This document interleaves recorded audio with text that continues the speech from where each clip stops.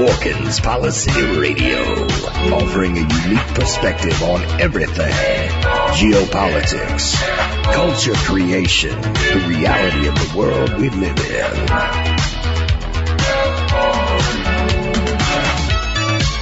Coming to you live from New York City, your host, Pierce Redmond.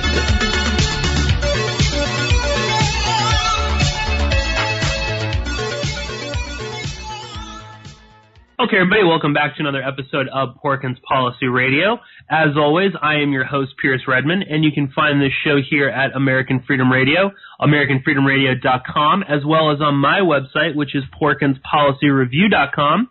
And if you are new to the show, there are lots of ways to listen, of course, through RSS feed. You can get email updates every time a new episode is posted. Of course, you can listen on YouTube. I'm also on iTunes, Stitcher, and TuneIn.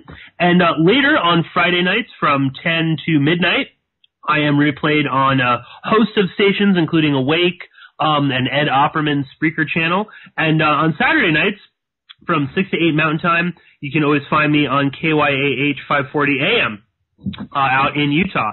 I do want to mention that the Patreon bonus podcast is up. It was posted, which is almost becoming a bit of a tradition to post it, the last possible day of the month.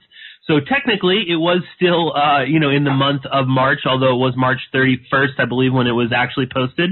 But a really fun episode that Tom Stecker and I did ranting about Cambridge Analytica. So please go and check that out if you have not already. And quickly, I want to thank Tim, David, and Cody for recently signing up to my Patreon. And again, if you want to support my work and all the stuff I do here, you can go to patreon.com/Pierce Redmond, and you can become a subscriber for the low price of $1 a month, which of course gives you access to the bonus podcast. Well, I am very excited about today's guest, and faithful listeners will know that I mentioned this upcoming show last week, talking about a couple of upcoming shows, and this was one that I was extremely excited about. And I am joined on the line by Joseph L Flatley, who is a writer and filmmaker in Pittsburgh. Joseph's writing has appeared in The Verge, Pando Daily, and Counterpunch.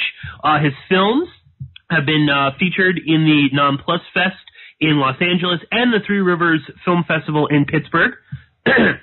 Excuse me. And we've invited Joseph on the show to discuss his first novel, which is entitled Sirhan, or the Hallucinatory Vanguard. Joseph L Flatley, thank you so much for joining me. Hey, thanks for having me. That title kind of sounds like a mouthful when I hear you say it out loud. Well, no, I think it's fine. I got to say, every time I took the book out on the train or at work, everyone was like, "What are you reading?" I mean, the cover. I tweeted out a picture of the cover yesterday, and it is really like an amazing book cover. That alone, I think, is so much, because that, then I would start telling people about the book, and they would be just fascinated, even if it wasn't something they would normally read. They were instantly hooked on it. And I think, I remember someone telling me, like, strange titles to books are always better for, like, search results and things like that. There's I always talk about this book. This is so off topic, but Wendy Painting wrote an amazing book about the Oklahoma City bombing, which we might even touch on a little bit, talking about your book. And her title is like Aberration in the Heartland of the Real, The Secret Lives of Timothy McVeigh. So that is truly a mouthful. I think Sirhan, or the Hallucinatory Vanguard, is it's a much easier title to get out there. But Joseph, the book, quickly for people who want to get a copy immediately, the book is on Amazon. We will link up to that in the show notes. Very inexpensive. It's $12 for the paperback, $2.99 for the Kindle. I highly recommend the paperback because, as I said, it's just a gorgeous looking book. Paperback's always the way to go. And just so you get that amazing book cover. And you can find Joseph's work by going to lennyflatley.net. So all the stuff's up there. There's some stuff about Sirhan on the book. But Joseph, before we kind of get into that, tell the audience a little bit about yourself. Who is Joseph L Flatley? Well, I'm a journalist based in Pittsburgh. I've been freelance for a few years. Prior to that, I was an editor for a website called The Verge. I helped them get that set up and launch the features long-form writing program. But you know, it's tough to make it in the business when you really kind of stick to your guns. So I just find that my work, I like to do kind of long-form investigations of strange subcultures and topics, you know, sometimes conspiracy theory related, sometimes just, you know, conspiracy theory adjacent. Mm-hmm. And so I live in Pittsburgh, so I can live cheap, and I just, you know, write whatever I please. Excellent. And again, if you go to lennyflatley.net, you can find a ton of stuff that Joseph has written. I mean, you know, there's some Washington Babylon, the Jonestown Report, very interesting. Lots of, and I think all topics and stuff that my listeners will get quite a lot out of. Joseph, I guess this is like a tough one, but you know, why did you decide to write Sirhan or the Hallucinatory Vanguard, and how would you describe the book? You know, it's definitely a satire. It's a kind of a take on political thrillers. I liken it more to the cinema of something like Parallax View than, you know, but that at least that the 70s paranoid cinema was kind of in the forefront of my mind as I was writing it. Of course, the tongue is planted firmly in cheek the whole way. And yeah, you know, I started, you know, I just have the idea for the story because I remember reading, you know, some JFK assassination books and talking about Thomas Arthur Valley, who was basically in Chicago before Dallas in 1963. The FBI busted up a plot that was very identical to what was happening what eventually would happen in Dallas. So it just kind of mind blowing. If what happened is what, you know, what the people in these books are saying has happened, that's pretty much evidence of a conspiracy right there. So I just wanted to take that little plot twist and bring it to, you know, the modern day. And let's also get into some of the specifics. And again, I don't want to ruin the book's ending or any of the sort of really interesting twists and turns. So we'll do our best. But I mean, again, figure there's going to be some spoilers ahead. But again, I highly encourage people to get the book. But I guess let's just sort of start with the first thing I wanted to kind of touch on is the structure of the book, which is very interesting. And I guess, you know, full disclosure, I absolutely loved this book. And I was, we'll probably talk about it later. I mean, I was like deeply kind of moved and affected at the end in a way I wasn't expecting to be. But let's talk a little bit about the structure of the book, because, you know, when you open up the book, you know, right on page 1, part 1, it's 30 years from now, and it's at a conference in Shreveport, Louisiana, and it is a conference by a really interesting character, Kurt Kowalski, right? Or Mad Dog. Uh-huh. Yeah. Go ahead. Explain this, Joseph. Explain who, you know, why you decided to, and he is ostensibly giving a talk at a conspiracy conference about the sort of subject matter that you explore in the book, specifically Stu or Sirhan and his journey from internet troll to possible would-be assassin. So just talk a little bit about the structure of the book. Well, yeah, I said the book is in 5 or 6 sections, and it takes place very much in the present. Like, it's very much ripped from the headlines, but preceding each section, there's an introduction by this guy, Mad Dog, Kirk Mad Dog Kowalczyk, who's based on a real person, by the way. One of these, just this guy I know who's one of these middle-aged kind of like proto QAnon, like wants you to think that he's seen a lot or that he has some, you know, he knows something you don't know.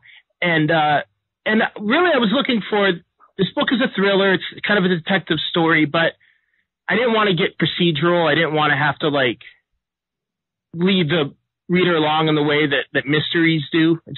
So I just have this device where this person kind of telegraphs, what's going to happen in the section, and it takes place 30 years in the future, because I just really wanted to make sure that I wanted to lay on the absurdity right away. So this character is absurd. His, and what he's doing, the background of, him being at this conspiracy conference and the way he's being treated or mistreated by the guests, it's kind of, I just wanted to really bring it home so nobody would think that they were getting J.D. Salinger or something. No, and it is funny, listening to Mad Dog kind of drone on. And again, if anyone that's been to a conspiracy conference or watched, YouTube videos of people at conspiracy conferences, I mean, exactly who this person is, the sort of retired general who worked at the State Department who, he's got all these inside sources. And, while Mad Dog is sort of droning on, people are not paying attention. I love later on in the book where Mad Dog just gets hammered at the bar, and then later passes out and he can't even get up to go get breakfast and stuff. And they are wonderful ways of kind of setting the stage for what sort of transpires in that particular part of the book, which, as you said, is really is ripped from the headlines. I mean, there is some stuff that is truly stuff that happened just a few months ago even. And, as I said, Sirhan, it's in the title of the book. We're not referring to, the infamous Sirhan. We are referring to our hero, I guess we could say, Stu, who later, takes on the moniker of Sirhan. But, Joseph, who is Stu, or Sirhan? And let's dive into him as a character, because, at the beginning, I kind of, and I'm sure this is, this happens a lot of time when we're first introduced to Stu, I was kind of not that I disliked him, but it was just sort of what is he up to? What's his deal? He works for basically if Breitbart was more like BuzzFeed almost, maybe, it's like the sort of right wing, he's a troll, and he just he writes real articles, I guess, you could say, but they are very clickbaity and stuff. And then to, his journey from there into this Marxist cult, hanging out with ravers, I want to get into the Holy Mother Cannabis group. There's so much, and you really, I found myself projecting a lot of myself onto Sirhan as a character. And as I said, at the very end, I was quite moved and upset, in a good way, at how the book kind of ends. And I really found myself sympathizing and loving Stu Sirhan as a character. But Joseph, explain to us, who is Stu? Well, Stu is basically a professional troll. Like you said, he works for this kind of, it's called Eagle Buzz. So it's kind of, if you can imagine the worst parts of BuzzFeed and the worst parts of Breitbart, kind of making love and having a baby in Pittsburgh. That's what you would have. And, he's really, it was important to me to write something that wasn't over the top as far as, I wanted to be character based, even though there's a lot of fun stuff and a lot of weird stuff. It's really about this person. Colin Wilson uses this phrase, a hole in the wall man, in his book, The Outsider. Somebody who's literally living life through a hole in the wall, watching what goes on the other side of it. It's like a product of his own inertia. And I just tried to think who would work at this fake Breitbart? Who would be a professional troll? Either they really believe what they're doing, or they really have to be kind of psychically damaged, Yeah. So I think Stu is definitely the latter. And I think his character, I think just any of us who have been alive in our mid-20s, early 30s, kind of not sure what we want to be when we grow up, but know that it's not whatever this is. I think people can relate to that. Oh yeah, and you very quickly get the sense that Stu is very much of his generation. He's almost beyond apolitical. It's just sort of nothing really matters to him. He is good at, I guess, sort of picking out, stories and people that would make worthy clickbait. Certainly, most of the stuff that he talks about or covers in the book is stuff that even if I don't necessarily believe with the politics of Eagle Buzz, I would probably end up clicking on it, because they are these. He, like you said, he is sort of just viewing everything through a hole in the wall. I mean, he is as apolitical as he is. I mean, he's not superimposing anything on these people. I mean, he is truly just writing what he sees. Of course, framing it in a particular way so that his boss, who I also loved, who's a childhood friend of Stu's, will get a kick out of. His character is just priceless. Also, the way you write yuppies in the story is just wonderful. You really are able to encapsulate why they are so terrible and need to be wiped off the face of the earth. But it kind of expanding that out a little bit. I mean, I assume you've met some people like Stu, or people in media like him. I guess just sort of the way he just sort of kind of aimlessly kind of flows through life. I mean, this in some ways is a negative thing, but it also, it does kind of lead Stu down this very interesting path. And let's kind of talk about that a little bit, expanding this out, because we meet Stu. He's at of course he goes to an Antifa protest. And there's also the Holy Mother Cannabis, which is this group that appears in the very beginning of the book and then at the very end of the novel. And they're wonderful sort of bookends to Stu's whole life. Explain a little bit the Holy Mother Cannabis and what you were going with this, because this is, it sounds kind of at first that, you might think, oh, that's kind of silly, but it's so spot on to conspiracy culture nonsense. Well, I'll tell you, they're based on a real group out of Providence called the Healing Church, or THC. And basically that event really happened. A lot of this book, it's stuff that it was a chance for me to kind of, in a long form, kind of imaginative way, explore a lot of stories and I've been working on and subjects I've been researching. So Holy Mother Cannabis is a group of basically Catholic conspiracy theorists who are pro-pot and pro-Trump. They believe all the most ridiculous, unfounded rumors about Trump, that he's personally out to take down pedophilia rings and Pizzagate and all this stuff. And that was a weekend I spent with a group here in Pittsburgh that visited Pittsburgh for a Trump rally. And it was pretty amazing because somebody announced there was going to be a Make America Great Again march. And everybody on the internet blew up, all my lefty friends, talking about disrupting this event and everything. And nobody, took the basic step of calling the organizers and trying to see what was going on. So I called the organizers. I was like, yeah, what's up with this march? And quickly realized that it was a bunch of people from out of town who every once in a while show up in monk's robes, screaming about Donald Trump and how Mary loves Russia through a bullhorn. And so it was just, I was like, I have to go. We have a bunch of red state, rural Pennsylvania people coming, expecting a legit political rally, a bunch of Antifa people coming to blow up the rally.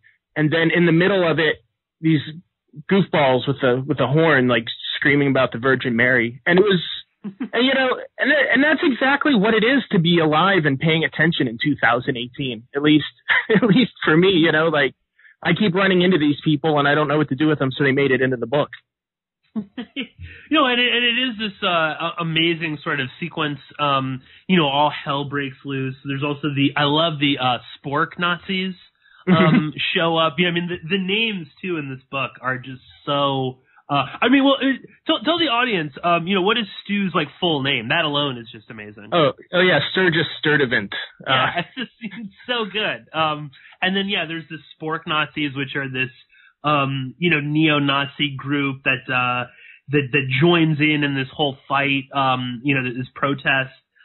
We see our first sort of glimpse at this mysterious character who wears red Nikes, who is spotted at this Antifa protest, and that kind of catches Stu's eye because what would, the supposed Antifa, anti-capitalist, anarchist sort of protest group be, why would someone be wearing like red Nikes? That sort of is, is going to kind of stand out. And this red Nike'd individual, does appear a couple times throughout this book, at, very sort of significant moments. And again, I don't want to give away too much about that, but this also eventually leads, Stu to have a chance meeting, maybe? And I'll kind of, I'll ask you this question right now. I mean, is Stu in some ways kind of like the willing fool? Because after this protest, Stu's at a bar, where he meets, some kind of like, punk looking people. And eventually he becomes close with them and he moves into what they call the anarchist timeshare. And he basically enters into this strange Marxist cult. And I guess my question, and I didn't think about this at all until I was sort of done with the whole book. Again, the book is so engrossing, that at times, I didn't even have a moment to really like kind of think. I was just like, I wanted to know what was going on, and I felt very much like Stu. This sort of whirlwind of events happens and suddenly, you wake up and you're in a Marxist cult, living with a bunch of kind of crazy punk guys who maybe aren't quite who they seem to be. But is Stu in many ways the sort of the willing fool? This sort of chance visit at a bar. I don't know, anything on that, Joseph, or is that just like I'm giving away too much? No, that's interesting. The whole thing with conspiracy culture and a lot of writers, or they call themselves researchers or whatever have you, people in this world who, they're trying to get to the bottom of things where there really is no answer. There's no smoking gun with the Kennedy assassination or, just following these breadcrumbs. And then, so you have, when you're reading accounts about groups like the SLA or, which is I drew on the SLA and the story of, the stories about them being a CIA front, I drew on that a lot. And when people are, it's like you're following these breadcrumbs and I just wanted the reader to kind of confront Stu and kind of ask themselves, why are they coming to these conclusions? There's really no answer to that as I wrote it on purpose. Because I wanted I wanted it to be, I didn't want it to be as cut and dried because in the world, just things aren't that cut and dried. Oh, totally. And I'll say this right now. I mean, the don't read this book expecting to, have there to be like a cookie cutter conclusion. That's not this type of book at all. And I really appreciated that you don't, there are certainly, moments or events or characters even that, is it a red herring? Is there something more to them? Are we just sort of, again, projecting our own our own conspiracy thoughts onto a particular character? There is no like easy answer at the end of the book. I mean, even speaking 30 years in the future, Mad Dog doesn't really know the answers. He doesn't seem to have all of the answers to this group that eventually becomes the Oswald Brigade. And of course, I mean, they are just very much like an SLA, type of a group. And again, they seem to be obsessed at one point with like Patty Hearst and the SLA. There's a sequence where they're getting pretty high on like Adderall and I think later crystal meth. And they're watching this documentary about Patty Hearst and the SLA, and this is again sort of one of these like moments of like radicalization within the group. But there are no like answers to a lot of this sort of stuff, and it is kind of up to the reader. And I think also kind of more to your point there, Joseph. I mean, there is no smoking gun. We may never know the smoking gun. A lot of times with large conspiracies, say like JFK. Unless the CIA kind of comes forward and presents some information, we'll probably never fully know. And Sure. the same is true in this book. I mean, unless Demein, who we should probably get to, unless Demein kind of tells Stu or Sirhan at some point, we're never really going to know his true intentions.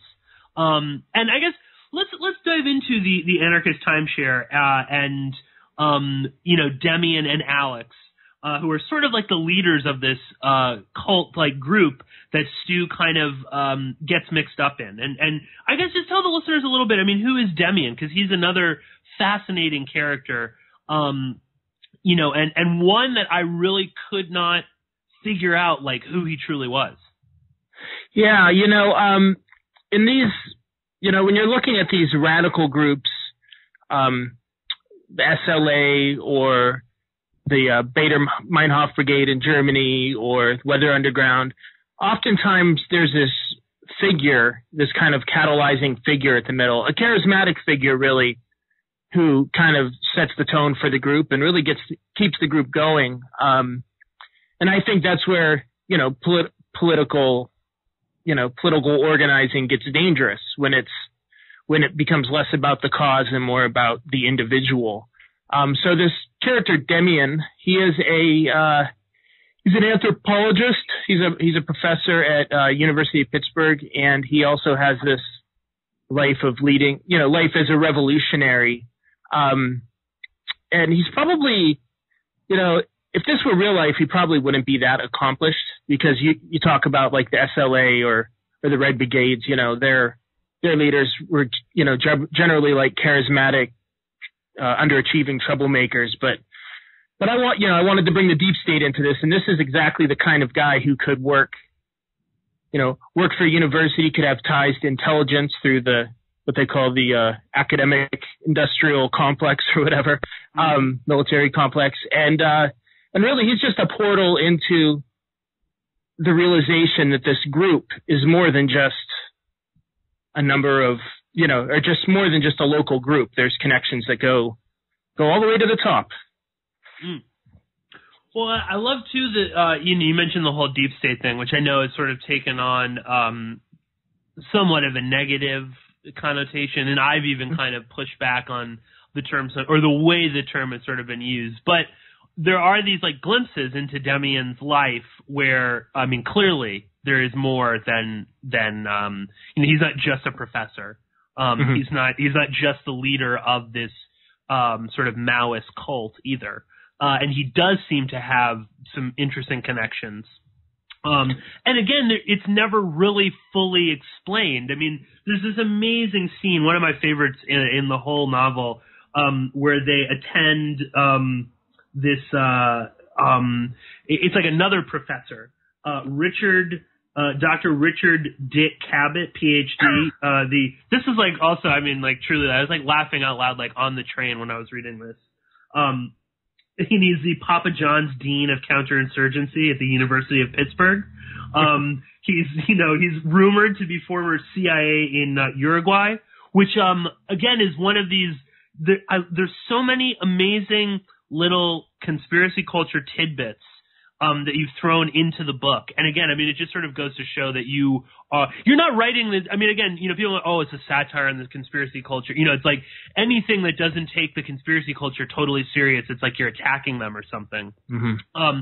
But you can tell, or at least I really kind of felt, Joseph, that you do have an affection for this, and you are well versed in all this, because of course, once I heard the CIA in Uruguay, I thought, what's his name? Dan Mitrione?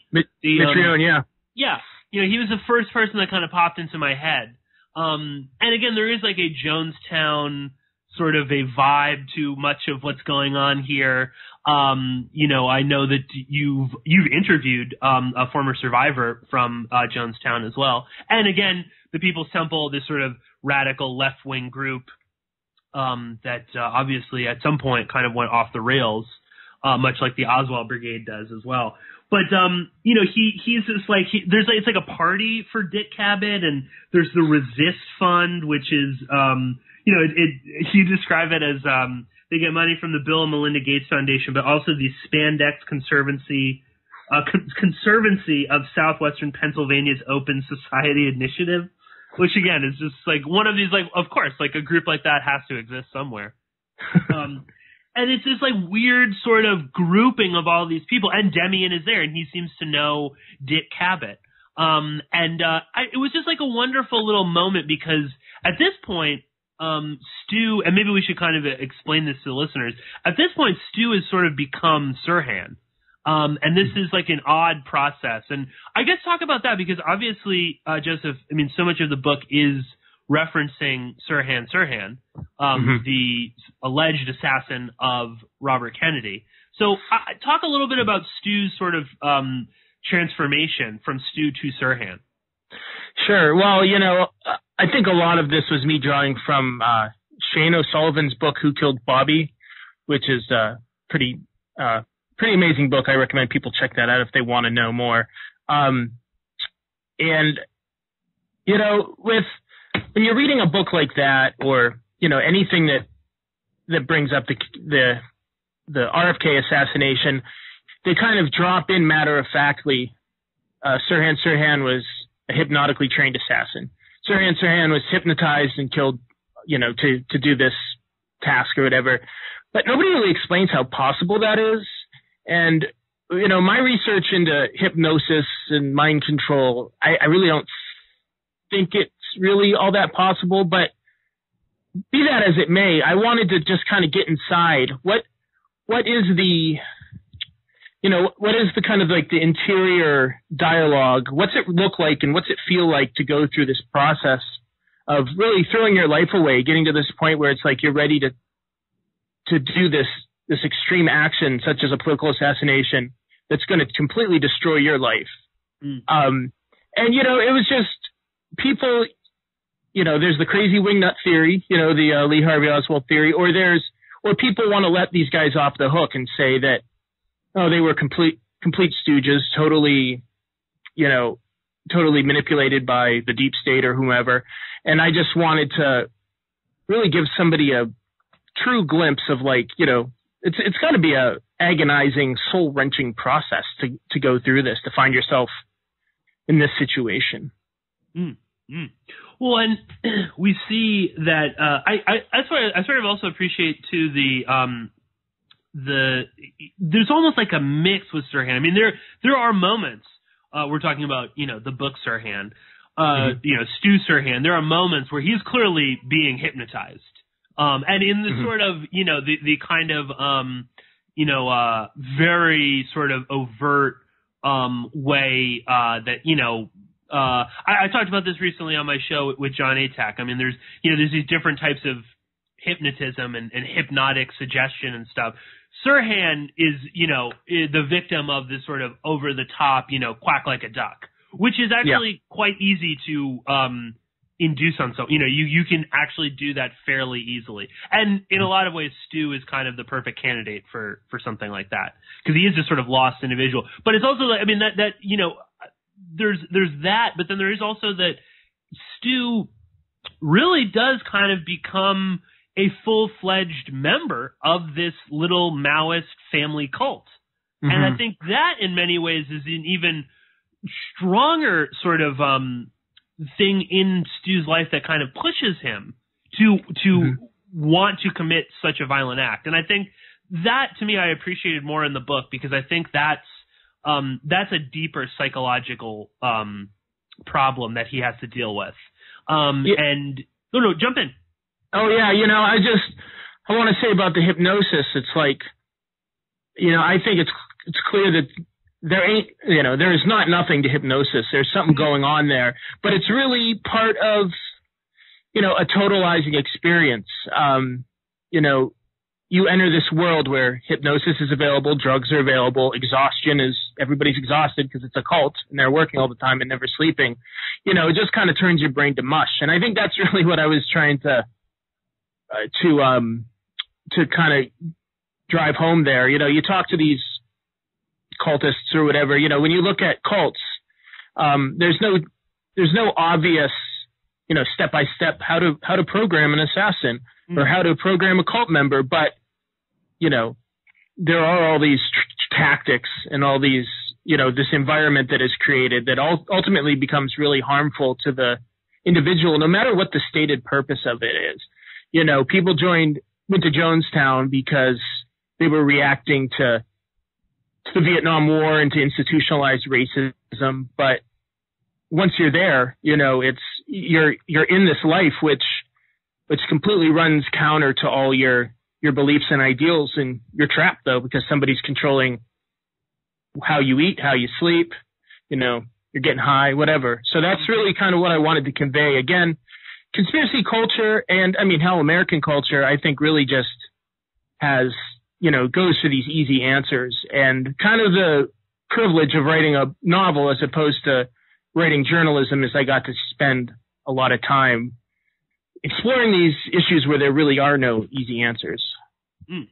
Oh, definitely. And like you said, the deeper that Stu gets in with this group, and we're talking about, I also appreciated too that it's not, the term, again, cult has this, or just like undue influence even, because there's never really, there are some people call what Stu was, call the Oswald Brigade a cult, but we never hear Stu really refer to it as that.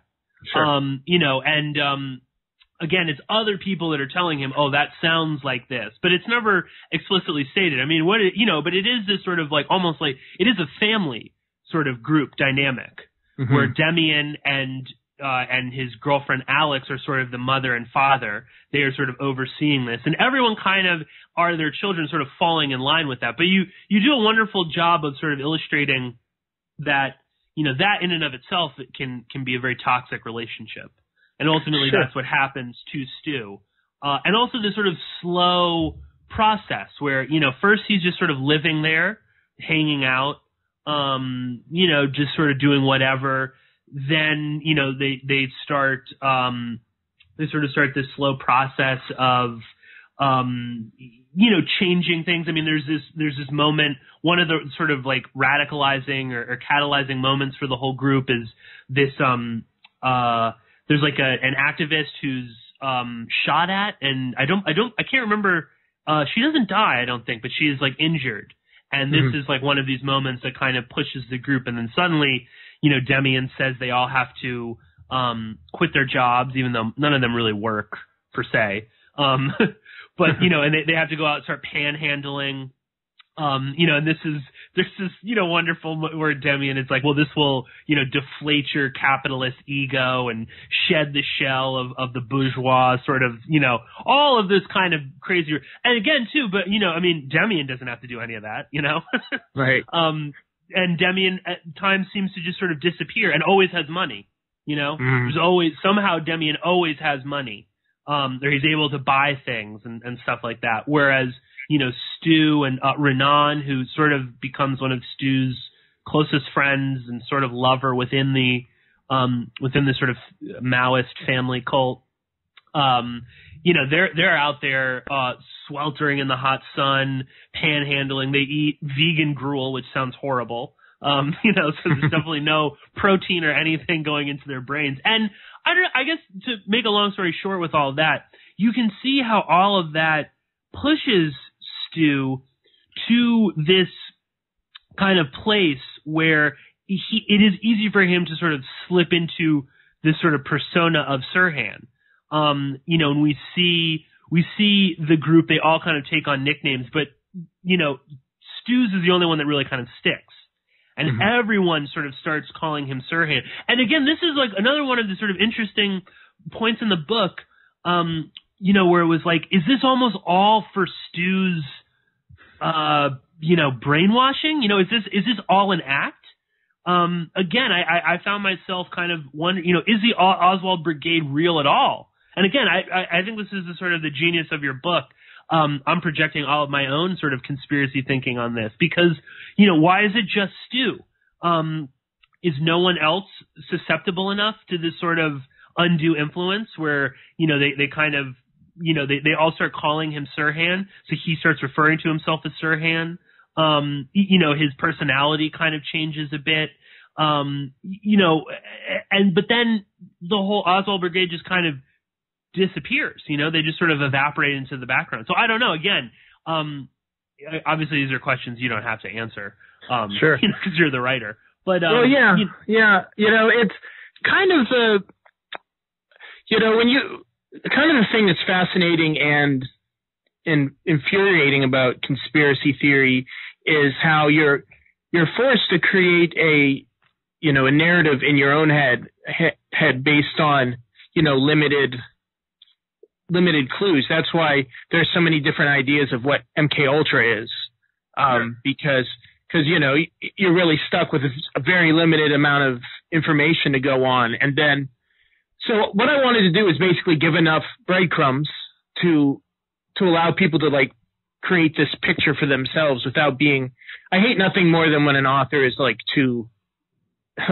you too much details or it's too much of like a science fiction world building exercise. I wanted people to like get the vibe of the book, but I didn't want to like create this very literal construction. That wouldn't be satisfying to me as a writer or to you as a reader. I'm assuming.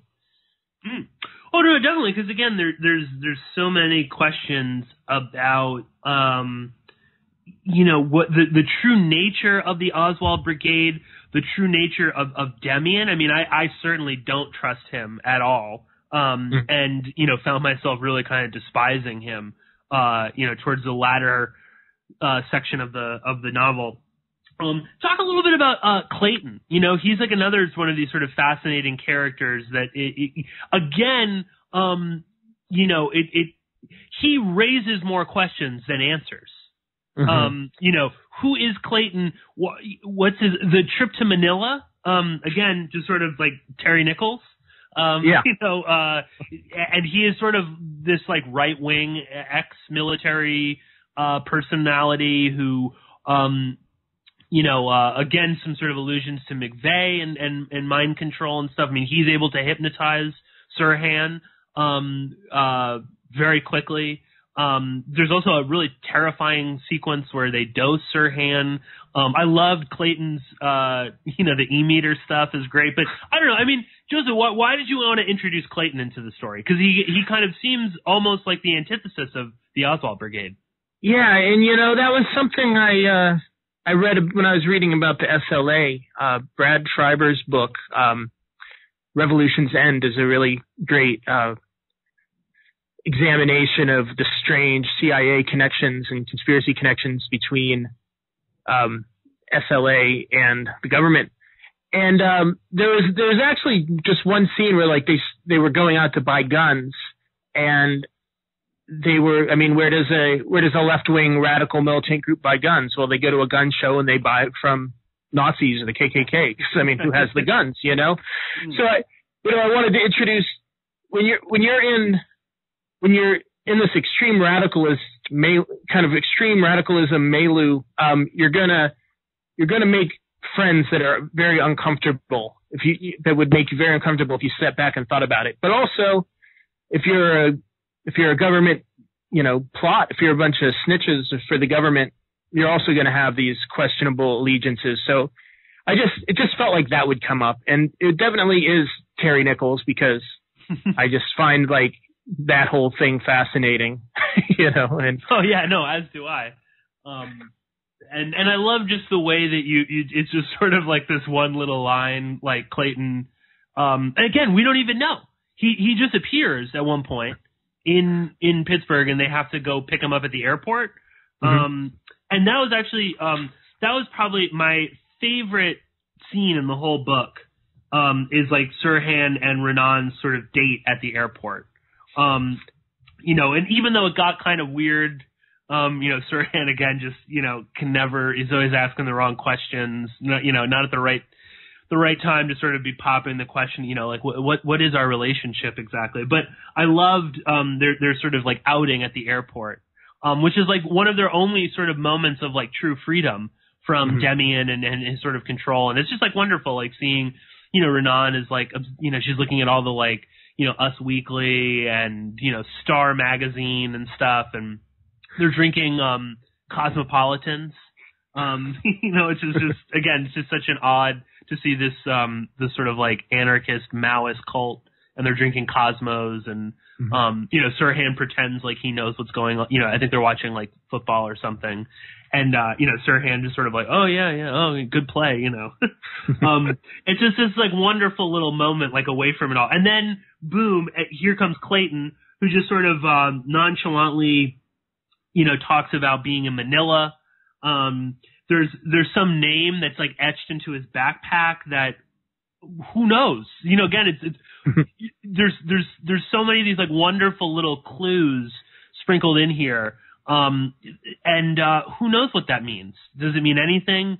Does it have some significance later? I mean, again, you really do an amazing job, Joseph, of like weaving a true conspiracy with all of this. Now let's like let's move on a little bit. And I think in the second hour I want to kind of talk more broadly about all of this. But there were just a few little things I kind of wanted to also kind of pick your brain about. The whole sort of like psychic magic stuff. I mean, what that to me was just, I mean, it was like yet another sort of bizarre layer to all of this.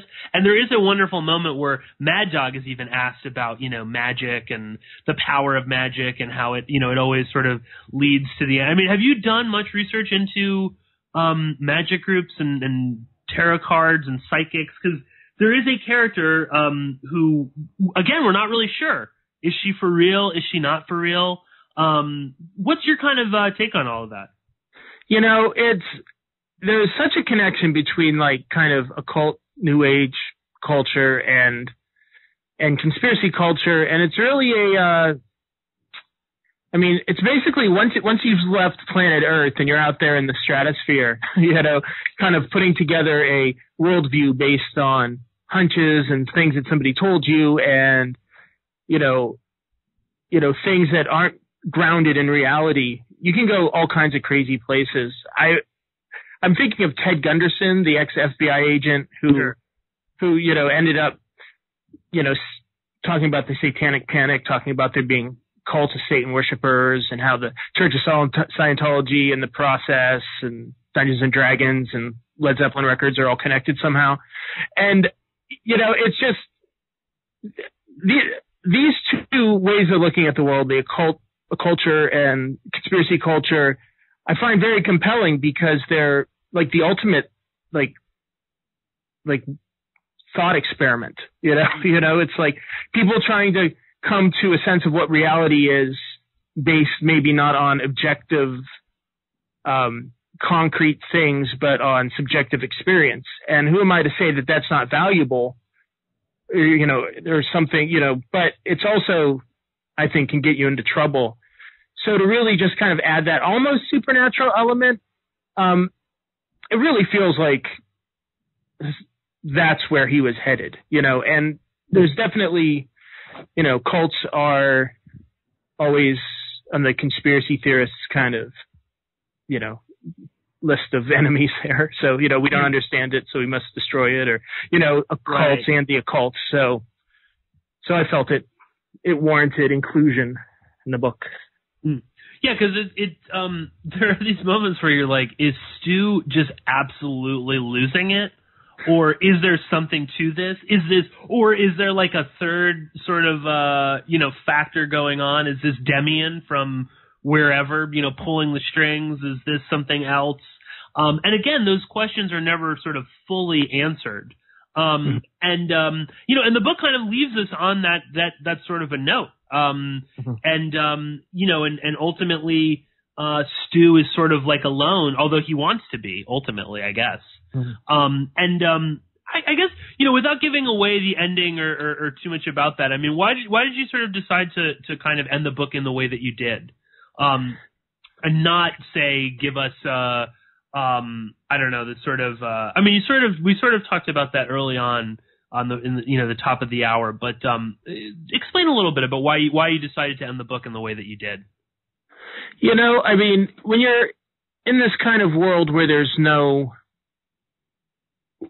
you know, where there's no absolute answers, where you're kind of just kind of floating around like in conspiracy world, you have to kind of make a decision, like at some point, which way you're going to go. Really, I saw it as the redemption.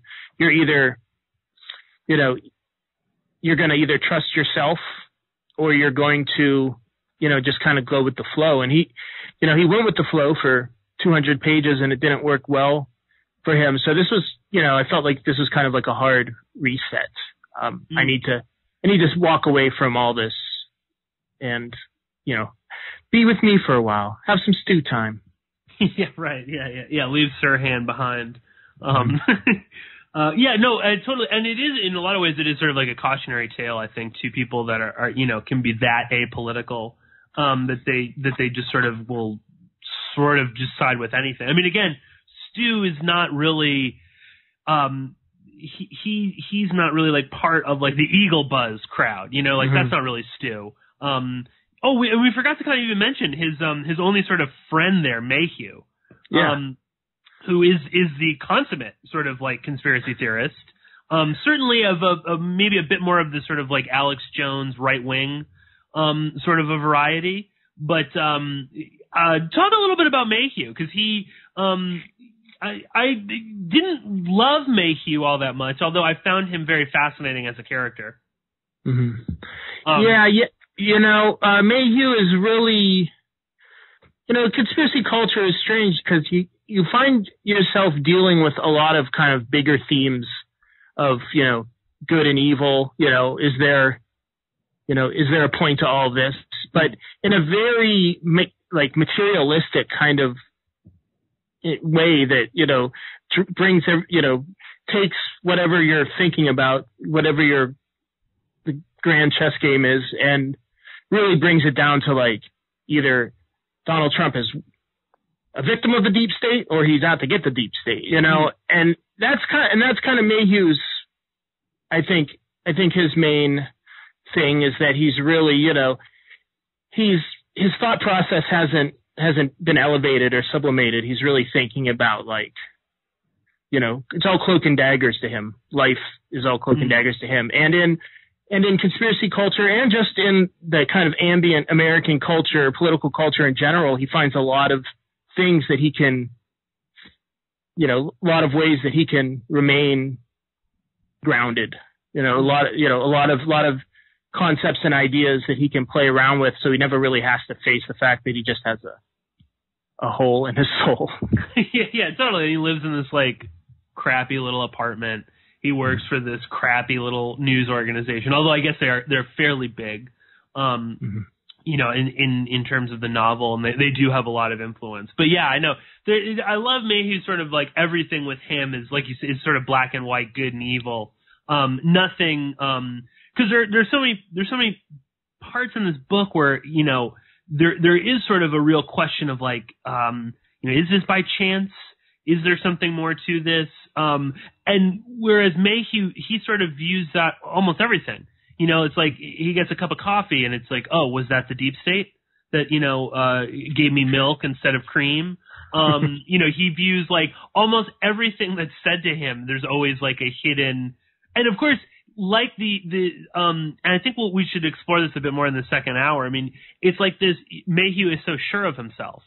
You know, it's never really, he never really questions it or is sort of curious about understanding it. It's instantly, oh, well, yeah, that's, you know, I mean, Mayhew says all the, you know, oh, that's just a, you know, classic color revolution. You know, these are cutouts, you know, blah, blah, blah. I mean, you know, he has these, again, you know, terms that he probably just like discovered on Wikipedia one night. And now he sort of uses them for like everyday things. You know, everything is a color revolution to him. You know, everything is some sort of, you know, a psyop. He's always like going on and on about psyops, you know, and Stu is just sort of nodding his head. Okay. Yeah. It's a psyop. You know, everything's a psyop. Yeah. Color revolution. You know, and again, Mayhew has almost like, it's so funny to see you know, he's the conspiracy theorist in the book and he doesn't know anything. He doesn't, you know, he doesn't really begin to understand what's even going on with his friend. But anyway, we are at the break right now. We will continue the conversation with Joseph L Flatley in the second hour, so please stay tuned.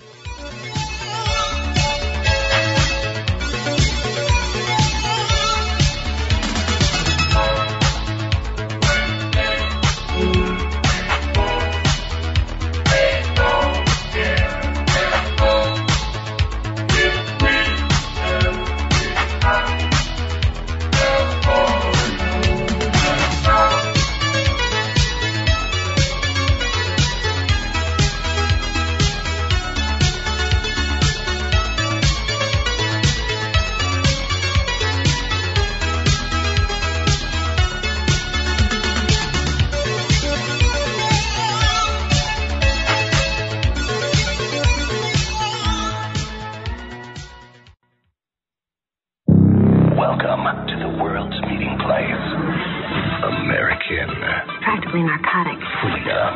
Oh, yes, I like very much. Radio. You're an American institution. American Freedom Radio.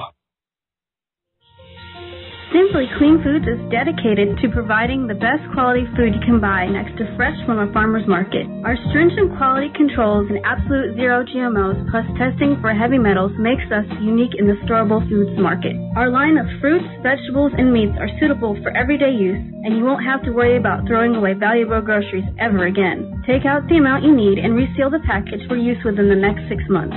Simply Clean Foods' primary focus is to bring clean food to people all around the world and change the way we look at freeze-dried food in our daily cooking. Go to simplycleanfoods.net. That's www.simplycleanfoods.net today. American Survival Wholesale is a proud sponsor of the American Freedom Radio. And when you purchase quality products from AmericanSurvivalWholesale.com, you help support this program. Our quality non-GMO foods do not contain MSG, high fructose corn syrup, or heavy metals. At American Survival Wholesale, you can choose from over 8,000 quality products, including self-defense weapons, bug-out bags, and long-term storable food at wholesale prices. We also have custom food packs available, including gluten-free, dairy-free, and vegetarian packs. If we don't have it, you don't need it. American Survival Wholesale is a veteran-owned and operated company which also supports our veterans in need, and we are very active in disaster relief. If you would like to become a distributor, please email us at bugoutamerica@usa.com or call 818-720-0759. We offer free consultations to answer all your questions. Do it today while things are calm. That's AmericanSurvivalWholesale.com.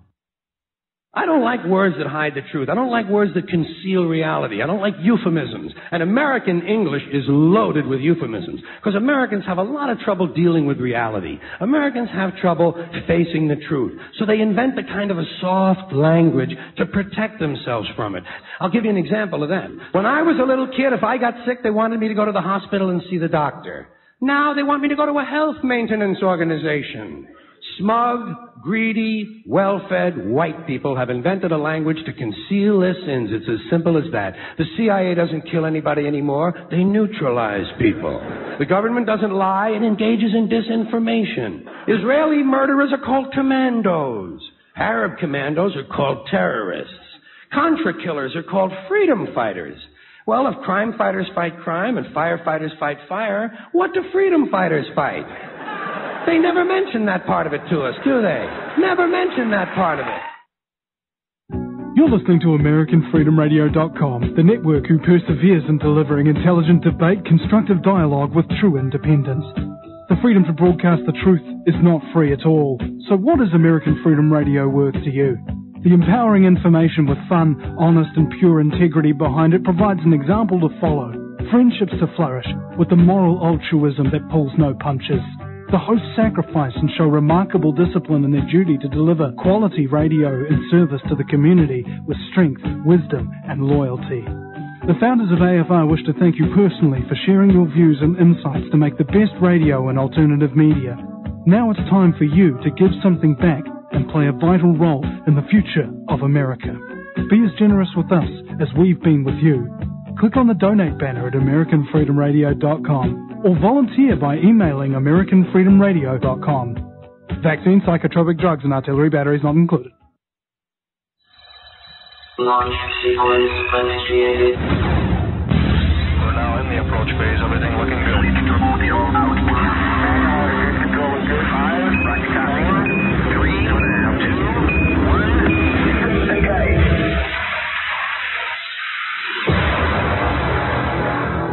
Prepare your mind to experience American Freedom Radio.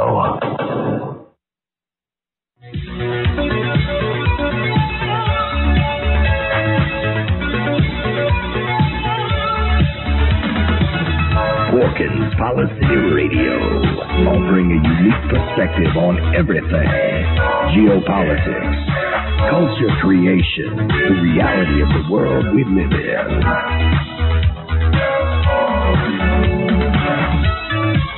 Coming to you live from New York City, your host, Pierce Redmond.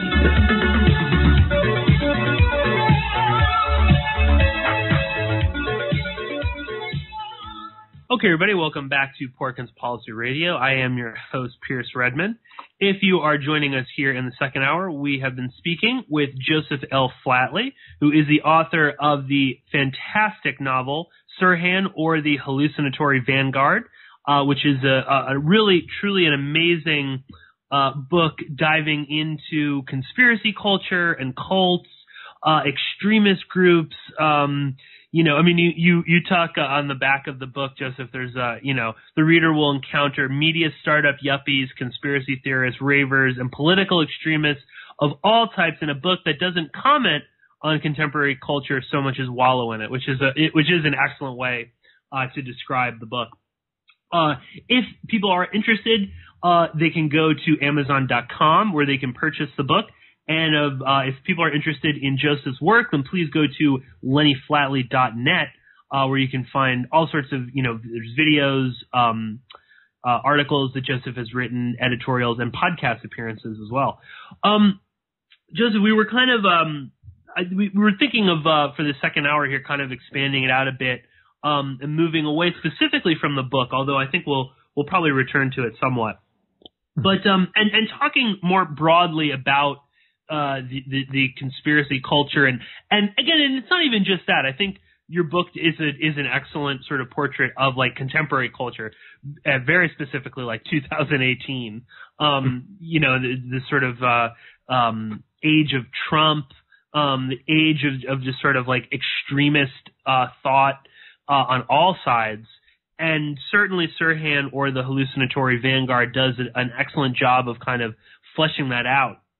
And I was saying before when we were on the break there, this might be kind of like a bold statement, but I'll say it anyway. I think your book in many ways is sort of like, or at least for me, was sort of like one of the last chapter on the conspiracy culture, and the sort of last vestiges of what it once was. I think have really kind of like deteriorated quite rapidly over the past 2 or 3 years. And they were on a downward trajectory anyway. And your book is just sort of like, it's sort of like the punctuation on the end of that. It really kind of shows, what has happened. And I guess I just wanted to kind of get your comment on that. A book that obviously, is written with quite an expertise in conspiracy culture and understanding conspiracy theorists, understanding, the reality of certain, deep events, political events and things like that.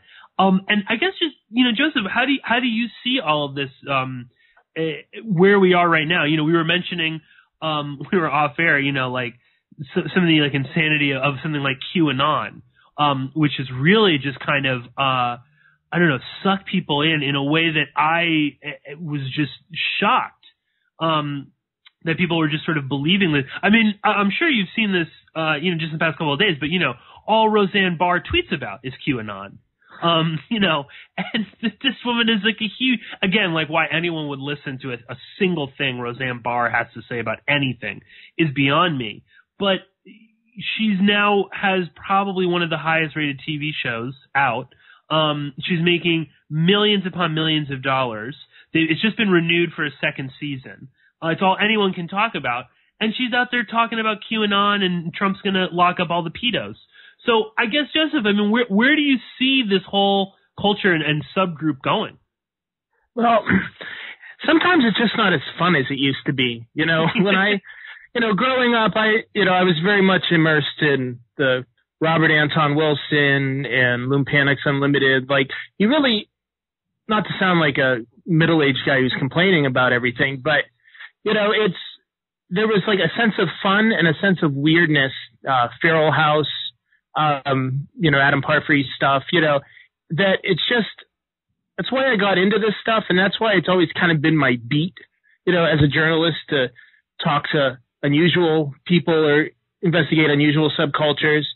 But it's like the least interesting part of conspiracy culture has become practically mainstream. Maybe there's no monoculture anymore, but as far as like your very popular niche cultures out there, you got your rap music fans, you got your conspiracy theorists, you got your Alex Jones fans, and it's like and it's heartbreaking. You know, I hear about something like targeted individuals. I first came across that phrase probably about 2 years ago, and gang stalking.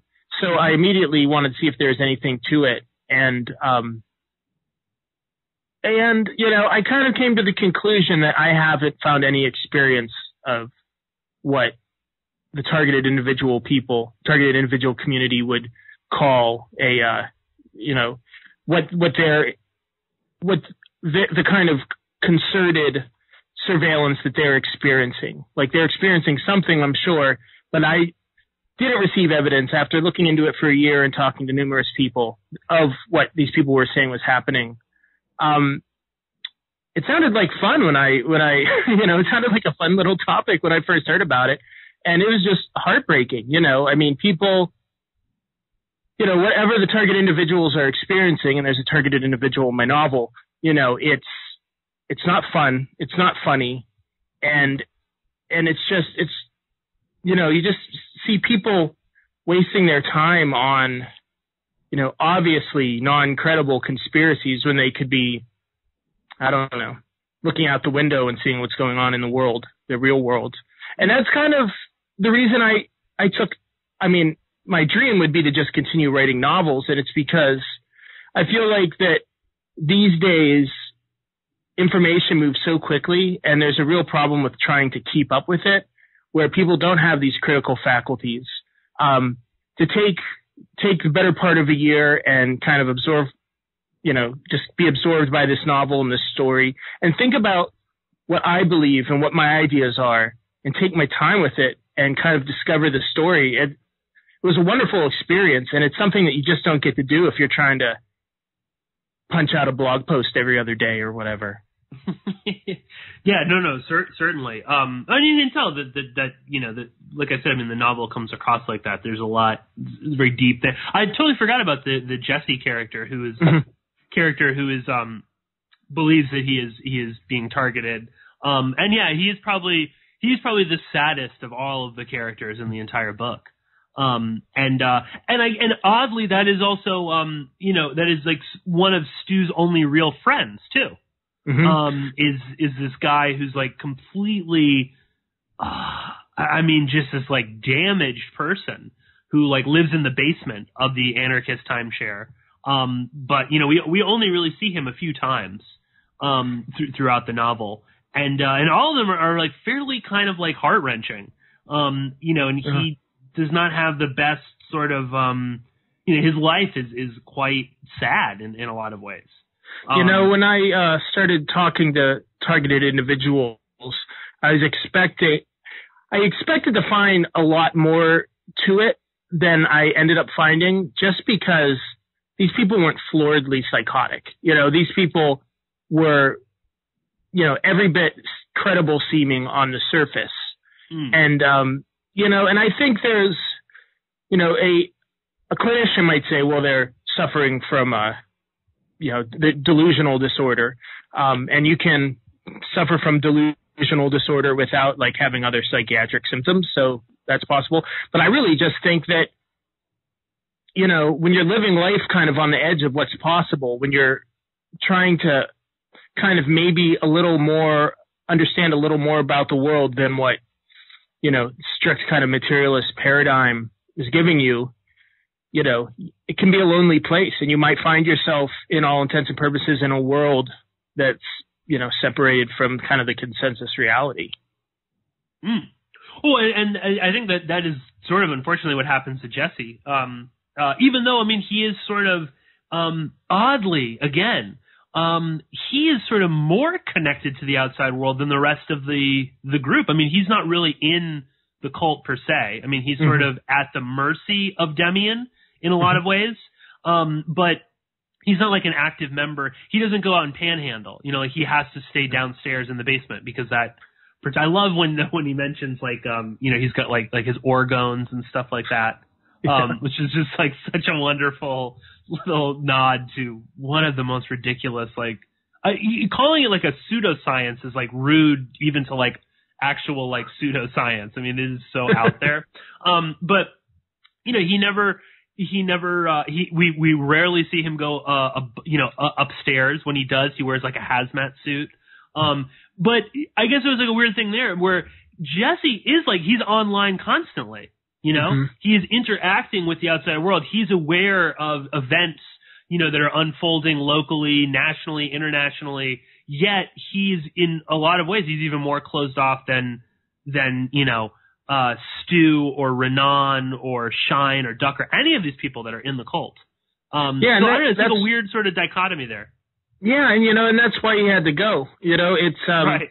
you think with a cult, the goal is to collect as many members as possible and to get as big as possible, but really the point is control. You know, he would rather have, you know, Demein, and he'd rather just be him and his partner and, you know, 2 other people that are malleable than, you know, this whole large group, which, you know, that was in the first part of the novel.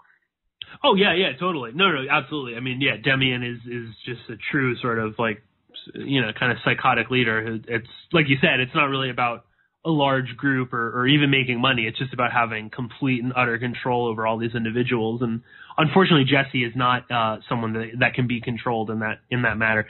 Well, I mean, Joseph, what do you make though of like this sort of you know, like where we are right now as a like conspiracy society? I mean, is it just sort of completely falling apart? I know this is like something that I'm sure some people, listeners, are like rolling their eyes, you know, oh my God, I'm talking about this again. But, you know, unfortunately, I mean, we can't really escape it. And the fact that it's become so mainstream now, it's sort of like it lost any of its like kind of cool street cred being into conspiracy theory. You know, I find this all the time where it's either just such a joke to people, or it's like, oh yeah, but you know, doesn't Fox News talk about that? I mean, like the QAnon thing is sort of like almost, you know, like soon, you know, Hannity will be talking about, if he's not already.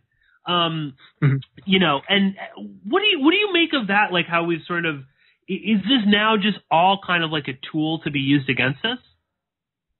Yeah, you know, when I think of conspiracy culture, I think of, you know, like in the 1970s, the Yippies kind of having their alternative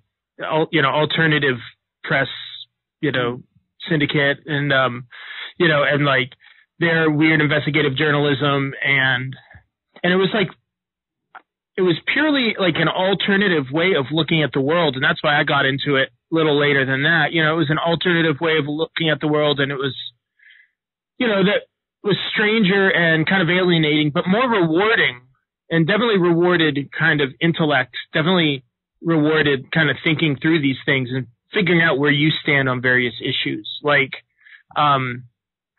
where you stand on the JFK assassination and why you feel that way, and how, if you disagree with the mainstream narrative, how you can justify that. Like, these are important and useful activities, but you know, when you have the Alex Jones era of conspiracy theorists, where you just have people getting rich, creating this product that's just a mind-numbing, you know, bunch of listicles and fact lists thrown at you loudly with no like overarching purpose. And again, you know, that's the purpose of exploring it in a novel, because that's really the exact opposite of InfoWars, is actual literature. Right. No, true. And I wonder too, I mean, it's like reached this sort of like fevered pitch, and I think in some ways your book kind of illustrates this too, where it is just this sort of like, you know, it's just sort of this like tool of like political extremists.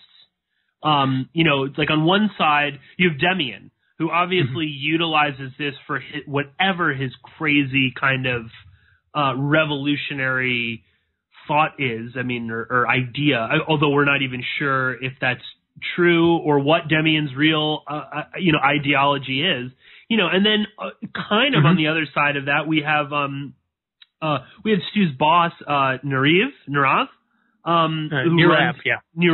who runs Eagle Buzz. And I mean, you know, he, you know, we later on in the book, I mean, he's like wetting himself in anticipation of the president coming to meet him, you know?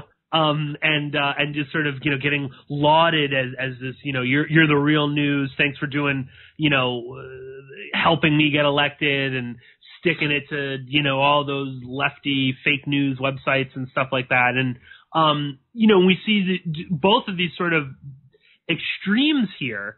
And again, utilizing, the same people, because like Stu is, he helped Eagle Buzz and then he's helping the Oswald Brigade. And you kind of, again, I mean, just sort of a comment on people's apolitical idea, that's like almost become like an ideology, like not care about politics. Or, again, it's, we were lied to by Bernie and so forget it, just, or that like radicalizes people, you gotta, like, let's go for Trump, Bernie can't be elected, we'll go for Trump. So I don't know. I mean, Joseph, what do you make of all of that? And again, I mean, it so encapsulates like 2018. I mean, it's an interesting question. Like, where do you go, Pierce? It's like if you're doing a podcast that's presumably for a specific audience, but that audience doesn't seem to be there anymore, or the audience, it's kind of like I have this kind of ideal reader. Well, everybody's an ideal reader. I think I hope I succeeded at writing a book that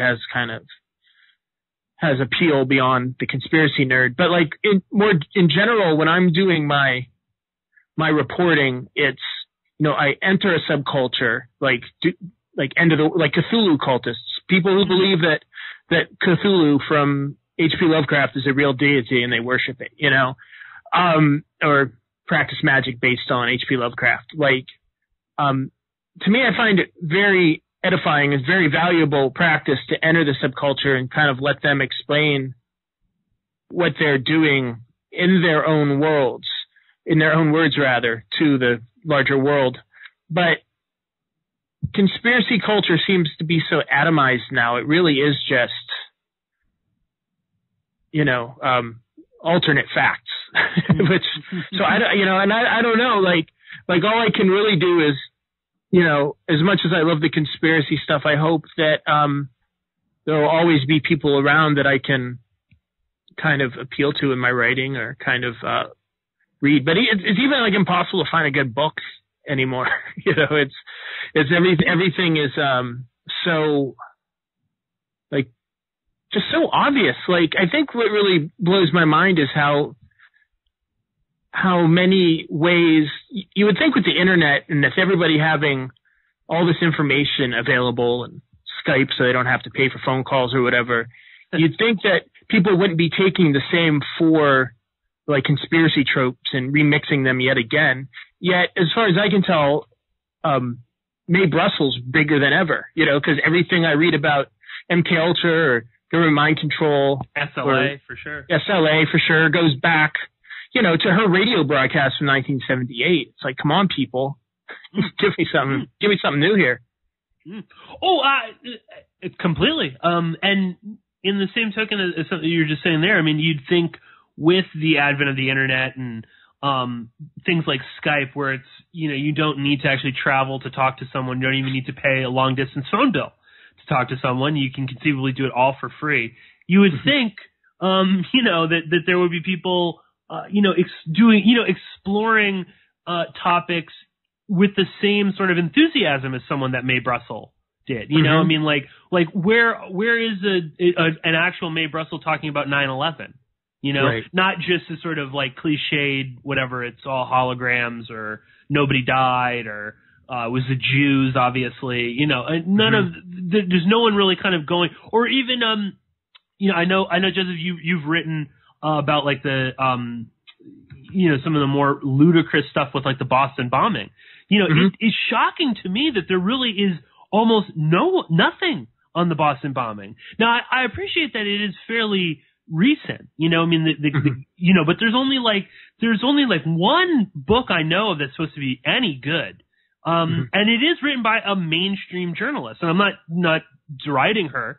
And apparently, she kind of gets into a lot of the nitty gritty and does talk about CIA connections with, Uncle Ruslan and other things. But it's shocking me that there aren't even at least like mainstream retellings of the Boston bombing.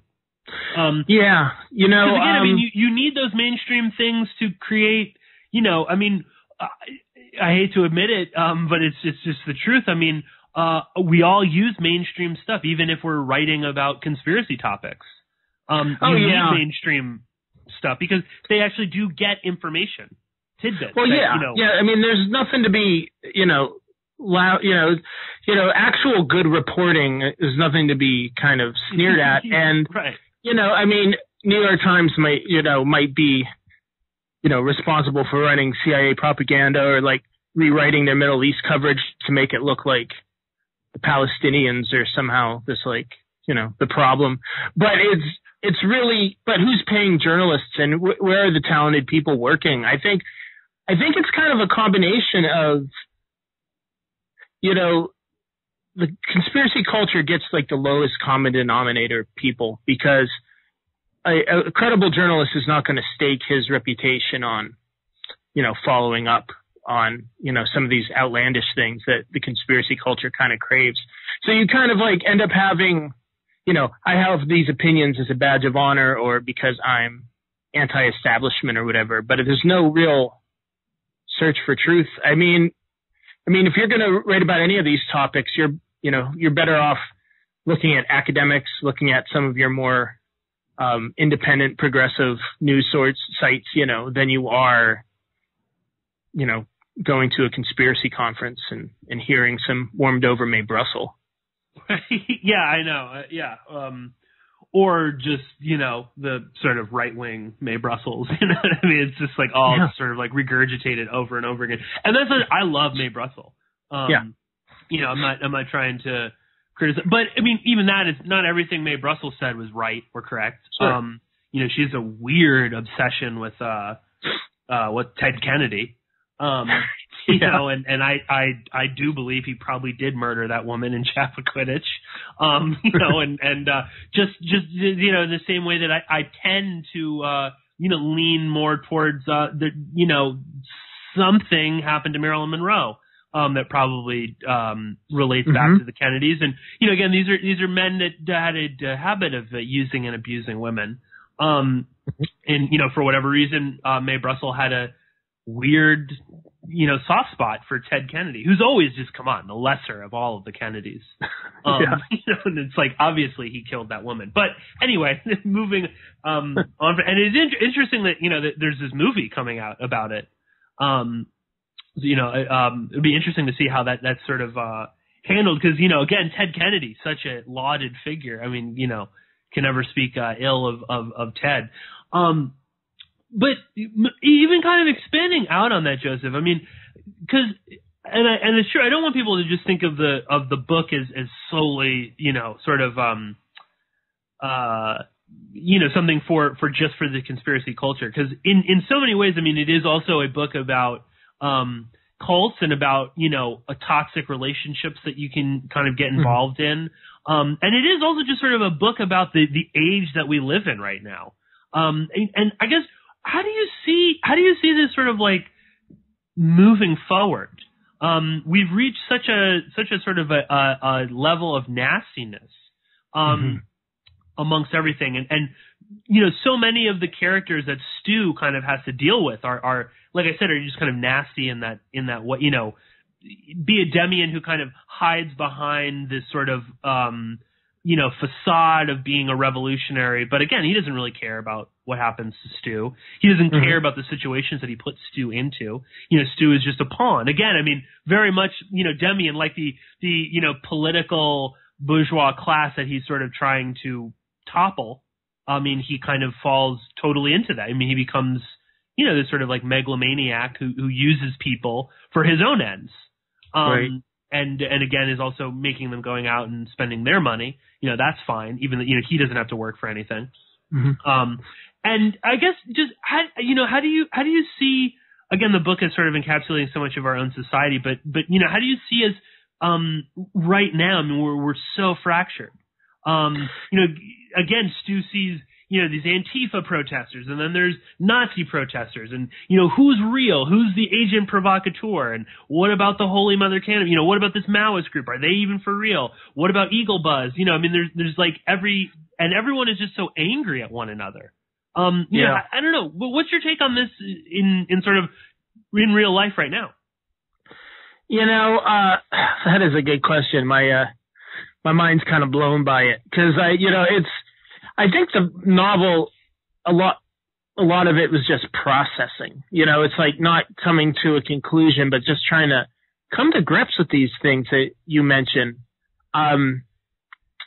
Because we are, as a society, kind of atomized, and I think that,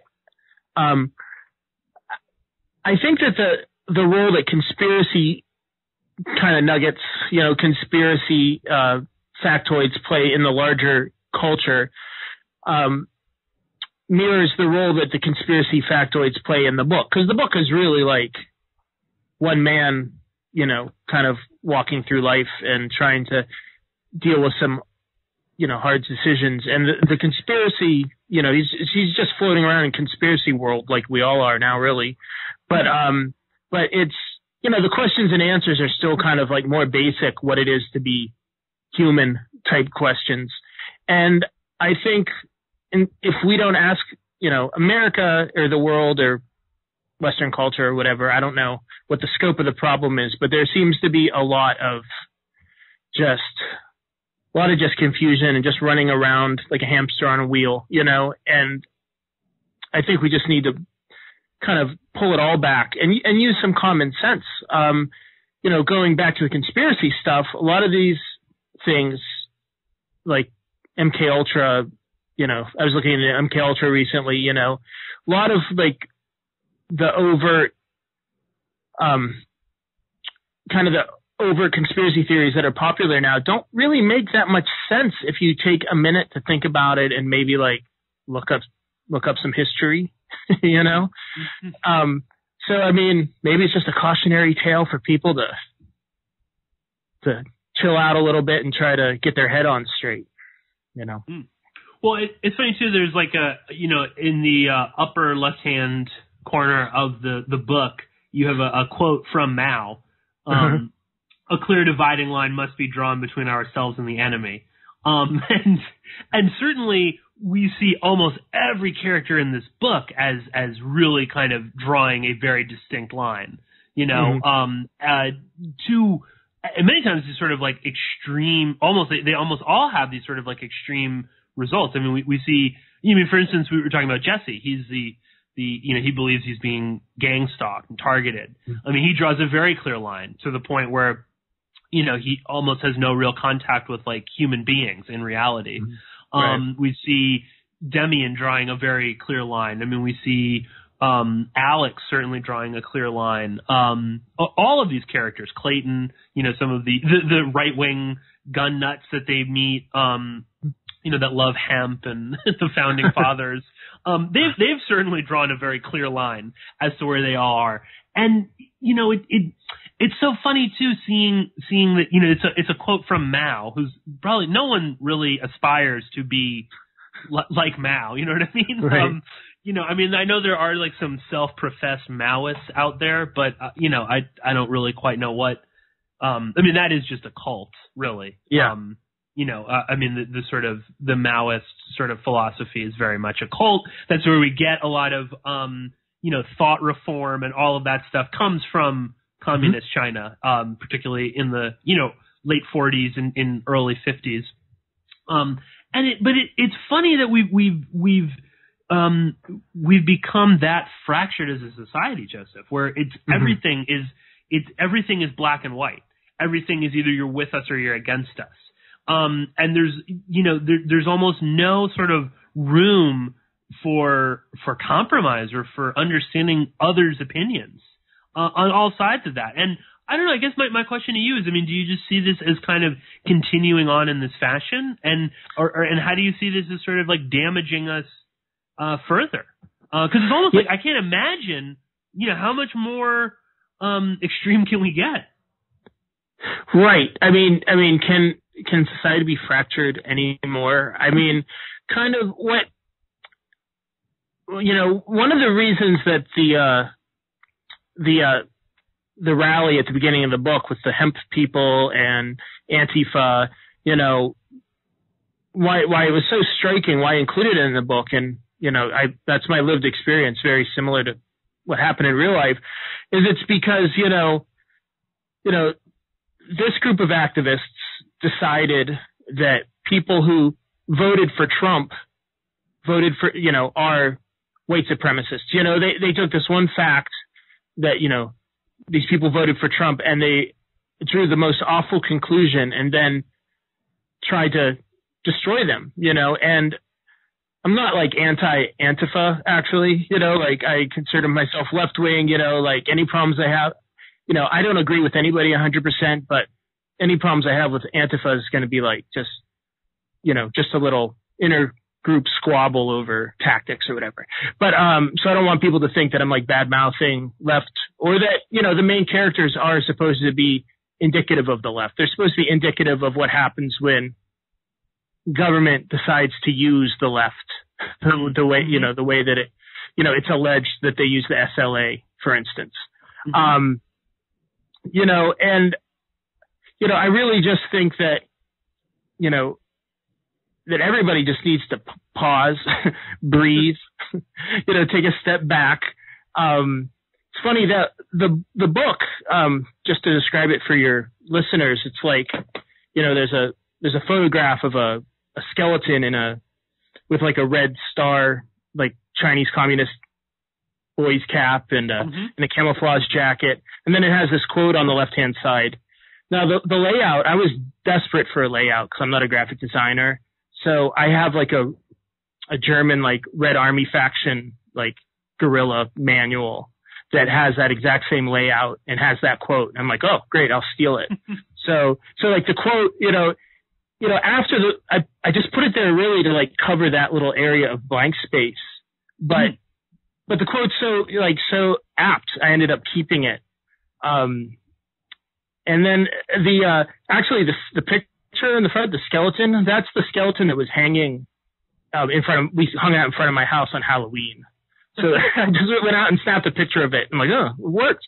But I felt like such a jerk. I got like a proof of the book, and I was editing it at a coffee shop or something, just going through it with the red pen. And here I am sitting, and I'm dressed up just like the front cover of my book with the same camouflage jacket. People were giving me some really strange looks. Let's tell you. So I don't recommend it. Don't dress like your book if you're going out in public. Right, yeah. Unless you're really promoting it hard. No, but like you said, I think it really is, it's such an important quote, and it really kind of just fits in with this whole, so much of what the book is talking about, which again, as I said, I mean, is it's not like a conspiracy book. It's not a conspiracy culture critique or a satire of all of, again, it is very much, I think it's actually, it's probably in a lot of ways very accurate to true conspiracies, where it really is just, it is someone that kind of stumbles into this sort of unbeknownst to them. I mean, I think, again, I found some of the most affecting parts of the book is really more exploring Stu's transformation into Sirhan, and then his slow, transformation back to Stu. I mean, it is about the power of a group that can have on an individual, the power that a political movement can have on an individual, and I think also the dangers of again, drawing a line perhaps, between yourself and the enemy when you're not even sure where you stand. Right. And what a weird extreme perspective. And when you read watch the Weather Underground documentary or read about the Red Brigade or the Weather Underground, they go there and they sound absolutely terrible, like terrible people, and no matter how much I might agree with their avowed goals, it's like, it's people died because, and people are in jail for the rest of their lives because, as children or as young people, they kind of got swept up in this revolutionary fervor and took it too far. And, you know, we don't want to see anybody's life get ruined over this stuff. And that's not to like say that, you know, radical political change is not necessary or needed or justified at times, but it is definitely also, you know, when you deny the humanity of your quote unquote enemies, you're kind of, you know, you're acting in an inhuman way. You're kind of denying the humanity of yourself in some ways. And it's a tragedy. You know, it's real tragic. And that's what I tried to convey with Sirhan, you know, there are these modern, you know, or more recent books on the JFK and the RFK assassination. Alex Cox, the filmmaker, did one on JFK assassination. It's really good.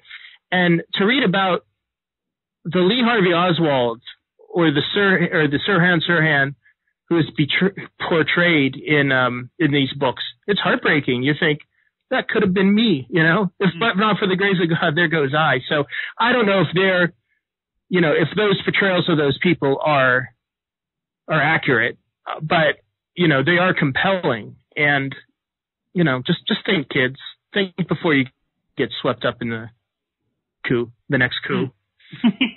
No, I think that is a salient point to make there, though, because while you can look at a figure like Oswald or Sirhan or whoever, and you can kind of, not me or anything like that. But I think it is entirely possible. I think that's like you were saying with the Red Brigade. You know, which I mean, towards the end just became like a criminal organization. Absolutely. Yeah. You know, that just sort of became devoid of any real, and that's like almost like all, left or right radical groups, all essentially is, kind of, descend into that sort of a realm. I'm not defending Timothy McVeigh. But he was sort of, you can see that he was sort of that transition in between, for the radical patriot movement, going from a movement that had some semblance of a political ideology, albeit not one that I totally really agree with at all, and then moving completely into like, the Aryan Republican Army, which was just a bank robbing organization. Yeah. They didn't really believe in they might espouse whatever white identity politics and, the Christian identity movement, but they didn't really care about that. They were really about just making money. It's the same thing like, the Order, a right-wing white power group, that operated, like around Idaho.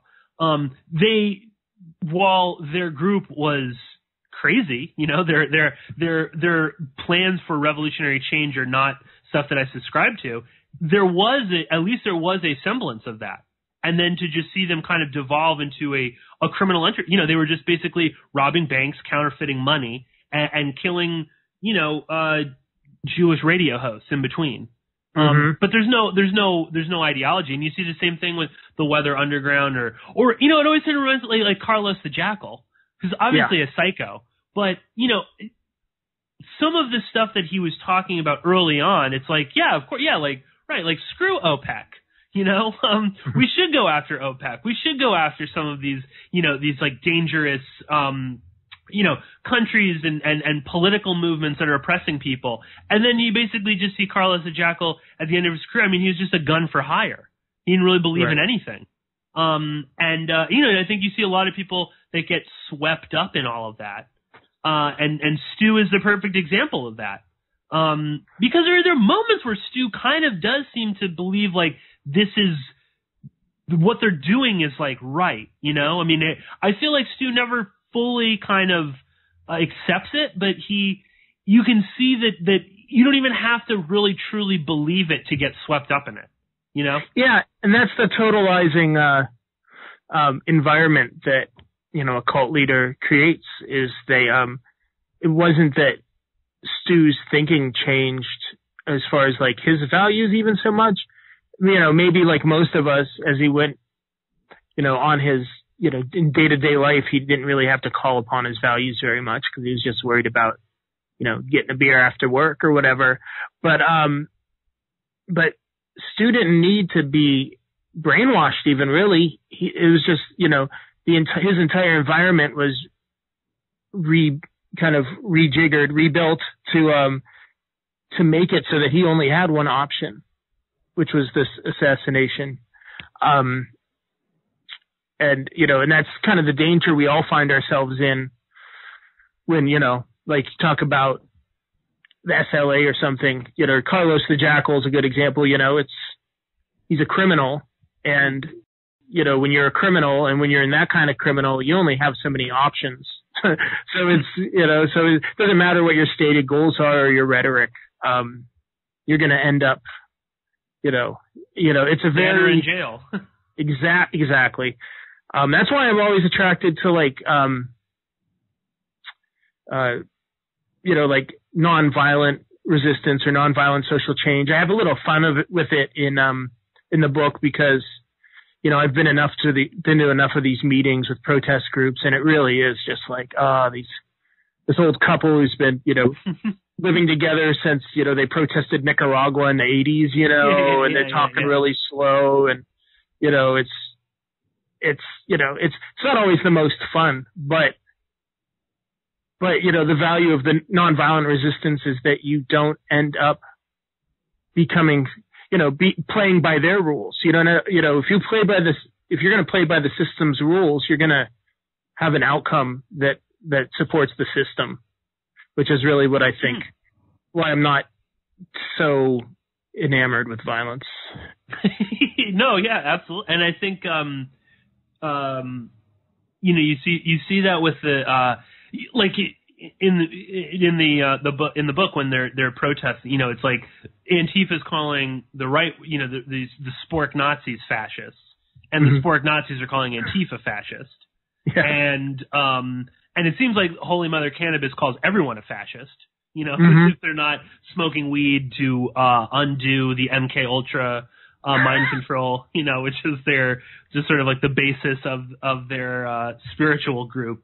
Well, I just would recommend for you and any of your listeners, if you go to my website, lennyflatley.net, Lenny Flatley, Flatley.net. Some of my videos, there's one's called The Healing Church, and it's like video I made of spending the weekend with the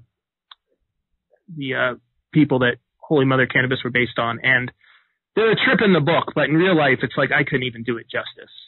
So I recommend checking it out. We'll definitely link up to your video on the Healing Church in the show notes. Right. And they are, even Stu is like can't really handle them after a while. And you think like Stu is like, there's this part where Stu kind of eventually meets up with them to sort of try to write a story. And I was like, oh God, is he just going to get roped into this group? But even Stu was like, I'm good. Like, I think I need to get back to like Pittsburgh and just sort of like get my life together. But Joseph, is there anything else, like specific to this that you wanted to kind of impart with the listeners? Anything that we didn't get to?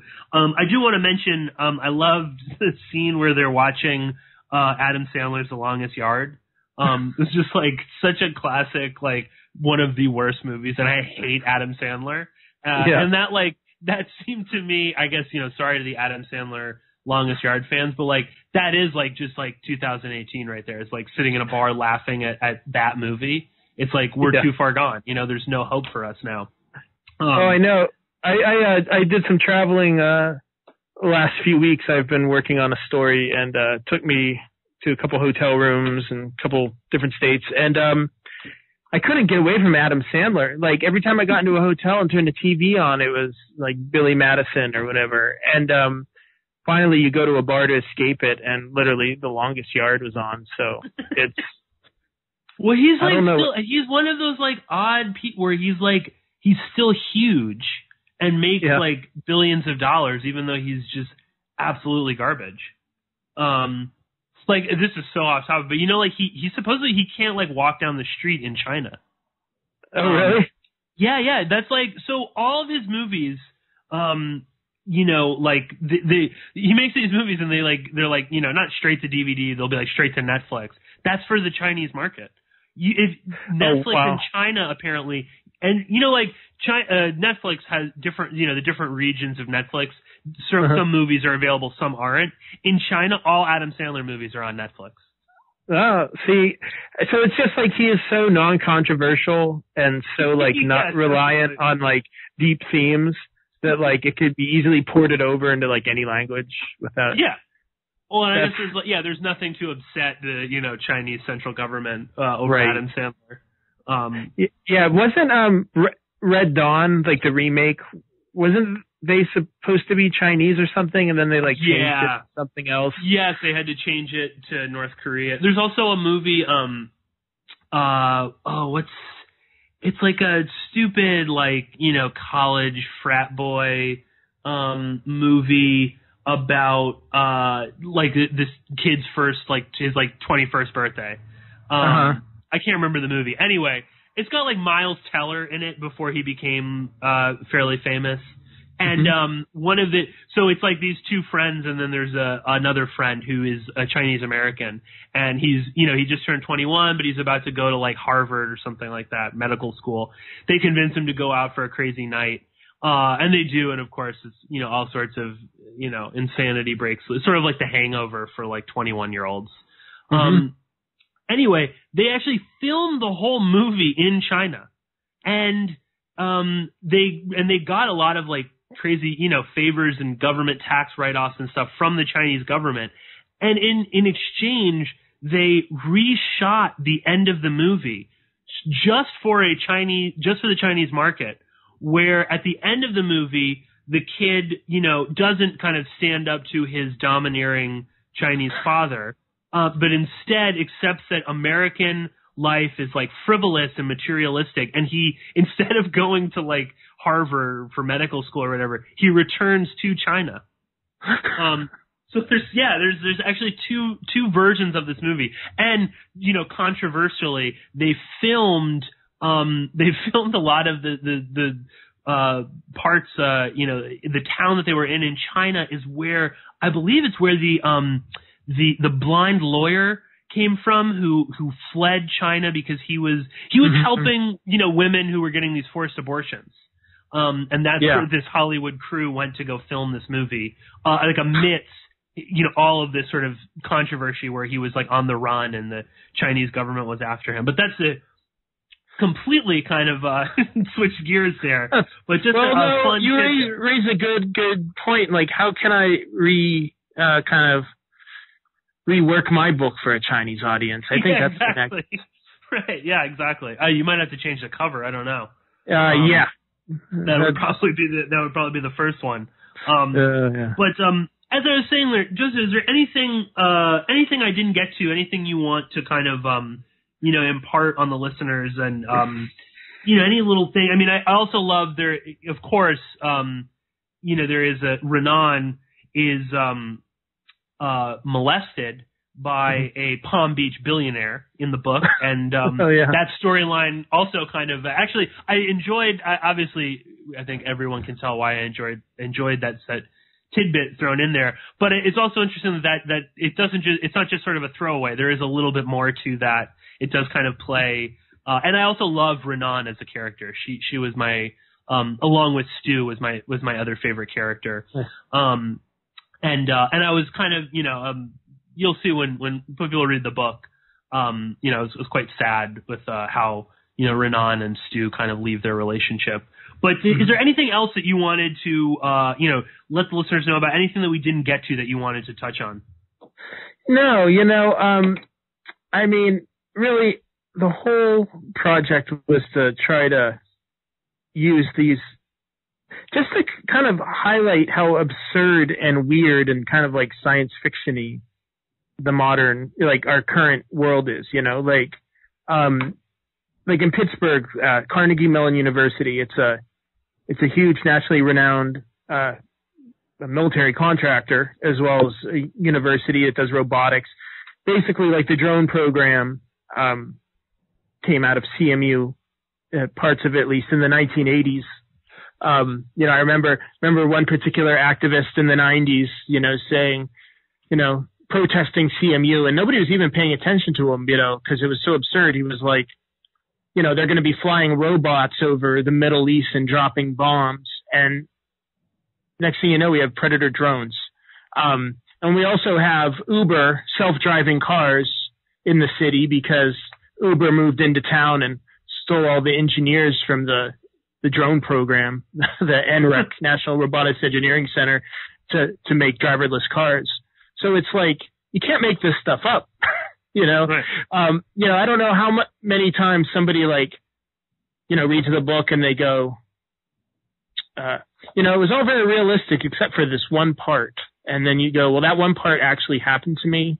It's 100% true, you know, and, you know, and I couldn't include it in journalism because people think I'm full of it, you know, so, yeah, we live in crazy times, and I hope that novelists and artists are kind of meeting the challenge, because, you know, somebody's got to kind of help us as a culture work our way through it.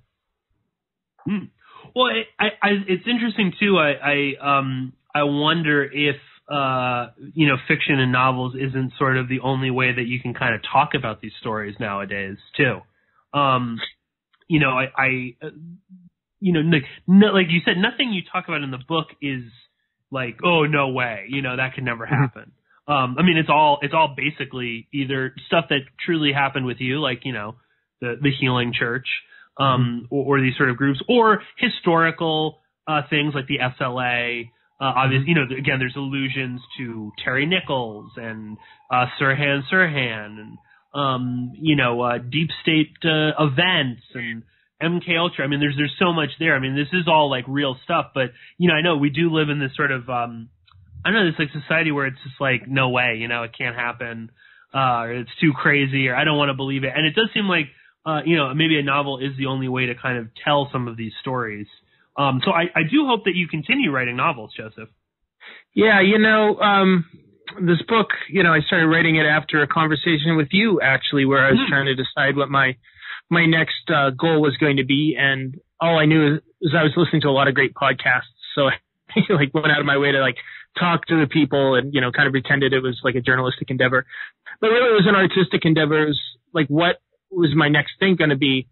And then Chris Hedges, probably on his RT show, made a really good point about how America is not reckoning with Trump and with this oligarchy, essentially, because we don't understand the psychology of the rich, and how like the psychology of the rich is, you know, is a wonderful topic to be explored through novels, and how novels, you know, are important when we're exploring these difficult topics. And that got me on to, that's where the Epstein, you know, reference came in my book. But also that's actually my next project is possibly, you know, incorporating the Epstein stuff into just a larger discussion about, you know, what's the nature of power, what's the nature of wealth in this country, and what's, you know, how does it affect normal human beings like you and me who are not, I'm assuming you're not powerful or wealthy.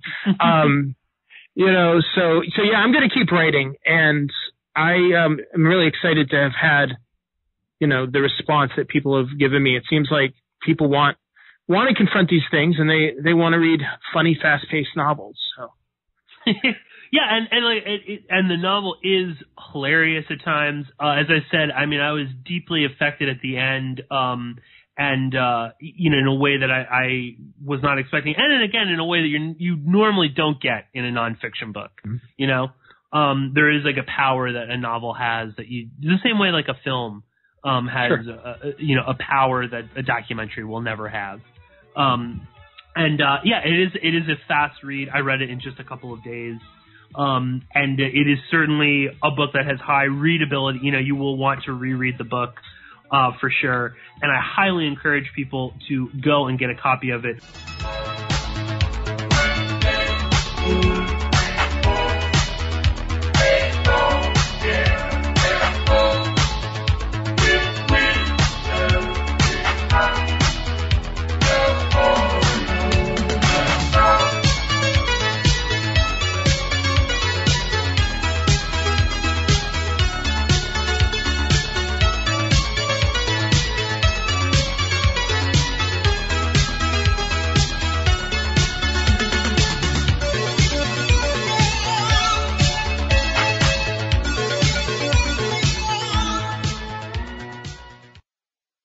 No rules, no rules, no taboo topics, no taboo topics, no fear of doom, no fear of doom. We are American Freedom Radio, American Freedom Radio. Simply Clean Foods is dedicated to providing the best quality food you can buy next to fresh from a farmer's market. Our stringent quality controls and absolute zero GMOs plus testing for heavy metals makes us unique in the storable foods market. Our line of fruits, vegetables, and meats are suitable for everyday use, and you won't have to worry about throwing away valuable groceries ever again. Take out the amount you need and reseal the package for use within the next 6 months. Simply Clean Foods' primary focus is to bring clean food to people all around the world and change the way we look at freeze-dried food in our daily cooking. Go to simplycleanfoods.net. That's www.simplycleanfoods.net today. American Survival Wholesale is a proud sponsor of the American Freedom Radio. And when you purchase quality products from AmericanSurvivalWholesale.com, you help support this program. Our quality non-GMO foods do not contain MSG, high fructose corn syrup, or heavy metals. At American Survival Wholesale, you can choose from over 8,000 quality products, including self-defense weapons, bug-out bags, and long-term storable food at wholesale prices. We also have custom food packs available, including gluten-free, dairy-free, and vegetarian packs. If we don't have it, you don't need it. American Survival Wholesale is a veteran-owned and operated company which also supports our veterans in need, and we are very active in disaster relief. If you would like to become a distributor, please email us at bugoutamerica@usa.com or call 818-720-0759. We offer free consultations to answer all your questions. Do it today while things are calm. That's AmericanSurvivalWholesale.com. Assassination. You know what's interesting about assassination? Well, not only does it change those popularity polls in a big hurry, but it's also interesting to notice who it is we assassinate. Did you ever notice who it is? Stop to think of who it is we kill. It's always people who've told us to live together in harmony and try to love one another. Jesus, Gandhi, Lincoln, John Kennedy, Bobby Kennedy, Martin Luther King, Medgar Evers, Malcolm X, John Lennon. They all said, try to live together peacefully. Bam! Right in the head. Apparently we're not ready for that. Yeah, that's difficult behavior for us. We're too busy sitting around trying to think up ways to kill each other. Here's one we came up with.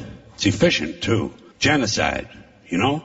Killing large numbers of people simply because they don't look like you, they don't talk like you, and they don't have the same kind of hats you do. You ever notice that anytime you see two groups of people who really hate each other, chances are good they're wearing different kind of hats. Keep an eye on that. It might be important. You're listening to AmericanFreedomRadio.com, the network who perseveres in delivering intelligent debate, constructive dialogue with true independence. The freedom to broadcast the truth is not free at all. So what is American Freedom Radio worth to you?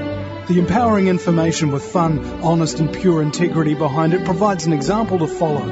Friendships to flourish with the moral altruism that pulls no punches. The hosts sacrifice and show remarkable discipline in their duty to deliver quality radio in service to the community with strength, wisdom and loyalty. The founders of AFR wish to thank you personally for sharing your views and insights to make the best radio and alternative media. Now it's time for you to give something back and play a vital role in the future of America. Be as generous with us as we've been with you. Click on the donate banner at AmericanFreedomRadio.com or volunteer by emailing AmericanFreedomRadio@ymail.com. Vaccine, psychotropic drugs and artillery batteries not included. Launch sequence initiated. We're now in the approach phase. Everything looking good. Control is good. 5. Rocket copy. 3. 2. 1. Engage.